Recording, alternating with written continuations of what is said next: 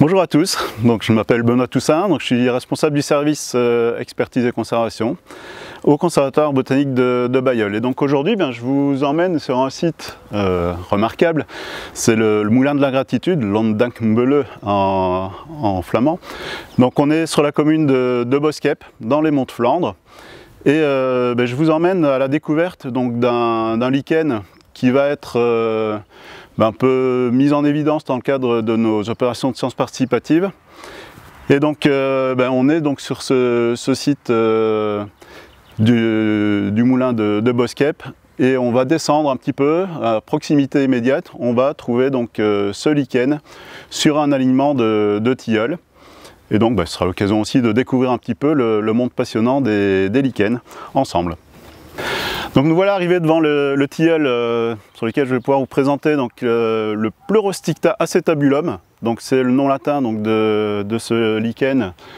Alors espèce pas très rare dans la région de France, mais très localisée quand même ici dans les monts. Et donc pour pouvoir vous le montrer, je vais devoir m'équiper de quelque chose qui est plutôt inhabituel pour un botaniste et un lichenologue.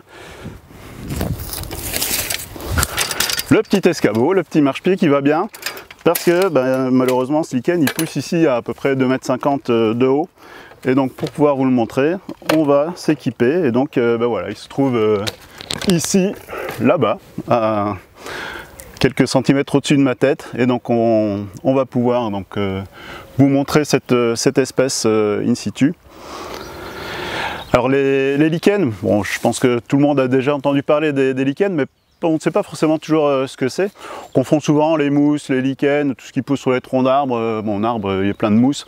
En fait, généralement, ce qui domine, c'est les lichens, et donc parfois, effectivement, des mousses.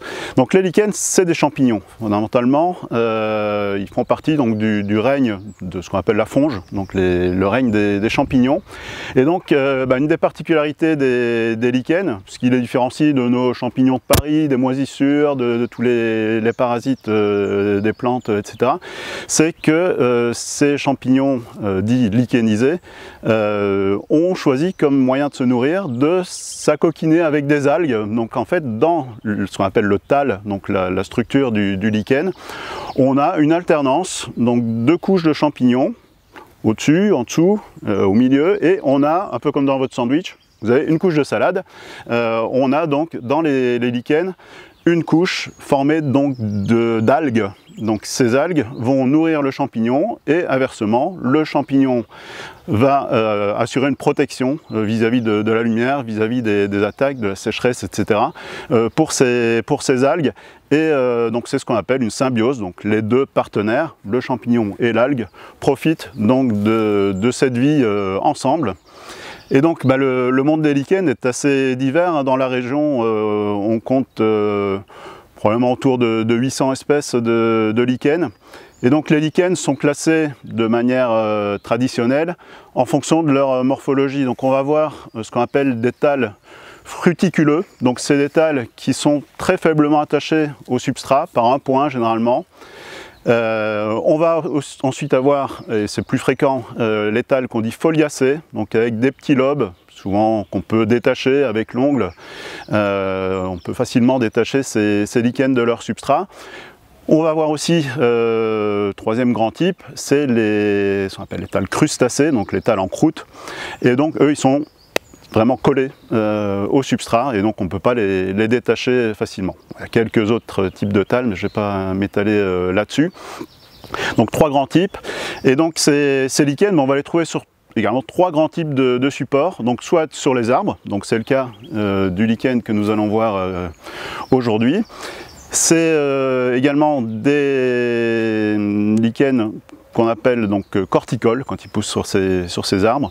Sinon on va voir des lichens aussi fréquemment, vous en avez déjà tous vu sur vos terrasses, sur les vieux murs, etc. Donc des lichens dits saxicoles, donc eux ils vont pousser sur des roches, ils vont pousser sur des substrats durs. Et le troisième grand type, c'est les lichens terricoles. Donc les terricoles, c'est ceux qui poussent à terre, alors ça peut être du sable, ça peut être de la terre, ça peut être de la vase, etc. Mais donc ils poussent à même le sol. Donc voilà, les trois grandes écologies dans lesquelles on va rencontrer donc les lichens. Et donc le lichen dont on va parler plus particulièrement aujourd'hui, donc le Pleurosticta acetabulum, est typiquement un lichen corticole. Et donc son écologie, c'est les arbres relativement éclairés, c'est pas une espèce forestière. Donc pour repérer cette espèce-là, il faut plutôt chercher les alignements d'arbres dans les villages, quelques haies éventuellement, mais surtout traditionnellement, on va dire, on va rencontrer sur des arbres d'alignement dans nos villes et villages. C'est une espèce qui a une écologie relativement large, elle tolère un peu la pollution azotée, mais pas trop. C'est peut-être ce qui explique en partie sa rareté ici dans les Flandres. Voilà, donc globalement, donc ce lichen est une espèce qu'on va rencontrer sur principalement des tilleuls, des frênes, des érables. C'est les trois grandes essences classiquement plantées sur lesquelles vous pouvez assez facilement, en cherchant un petit peu néanmoins, selon les secteurs, donc repérer ce Pleurosticta acetabulum. Donc un petit mot sur ce Pleurosticta acetabulum, donc ce lichen qui n'a pas de nom français comme la quasi-totalité des lichens. Alors en néerlandais il l'appelle Olijfs Schildmoos, donc c'est littéralement le lichen olive, donc c'est dû à sa couleur. Hein. Donc ce Pleurosticta a à l'état sec une teinte gris verdâtre assez particulière par rapport à toutes les autres espèces de la région. Et une de ses caractéristiques, c'est qu'effectivement il prend une teinte vert olive quand on l'hydrate. Donc il suffit de prendre un petit peu de salive, de le déposer sur le tal de ce lichen, et immédiatement donc il va devenir verdâtre. Donc ça c'est un de ses meilleurs marqueurs. Donc c'est un lichen qui est fréquemment fertile, donc les lichens ont ce qu'on appelle des apothécies, donc c'est des petites fructifications en forme de coupe. Et donc la caractéristique de ce Pleurosticta, c'est d'avoir des grandes apothécies, donc qui peuvent atteindre jusque 2 cm, 2 cm et demi, donc c'est le lichen avec les coupes les plus grandes, souvent bordées d'ailleurs de petites verrues, c'est assez caractéristique également, au moins quand les apothécies sont jeunes.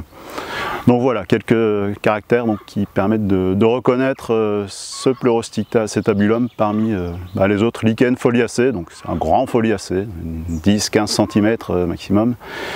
Donc généralement il ne passe pas inaperçu. La détermination des lichens, on va fréquemment, voire presque systématiquement, utiliser des réactifs chimiques. Donc il y en a, vous connaissez tous, c'est l'eau de Javel, de la potasse et un produit plus particulier, le paraphénylendiamine. Et donc ces réactifs chimiques vont être utilisés pour colorer ou pas, selon les espèces, les lichens. Donc par exemple l'espèce qui est excessivement fréquente, qui est ici le Xanthoria parietina, ce lichen jaune-orangé, si je dépose un peu de potasse dessus, il va immédiatement virer au rouge pourpre, au rouge sang. Donc c'est une réaction caractéristique donc, de ce lichen vis-à-vis de la potasse. Voilà, j'espère que vous avez pu apprécier donc, la découverte de ce petit monde fabuleux des lichens. Donc les lichens restent un groupe très méconnu dans les Hauts-de-France, et donc on en est au début des inventaires, et donc chacun peut y participer, moyennant évidemment un petit peu d'attention à vos troncs d'arbres, à vos rochers autour de chez vous, etc. Les lichens sont partout. Et donc pour ce Pleurosticta acetabulum, donc nous lançons cet été donc, une opération de recensement de type participatif. Et donc n'hésitez pas, si vous repérez ce Pleurosticta acetabulum dans votre village, lors de vos promenades, n'hésitez pas donc à nous remonter de l'information sur sa présence avec le site saisiesenligne.cbnbl.org, qui vous permettra donc de le géolocaliser et donc de nous apporter de l'information qui sera intégrée dans notre base de données et qui permettra d'en connaître plus sur la répartition donc de ce joli lichen. Voilà, je vous souhaite un bel été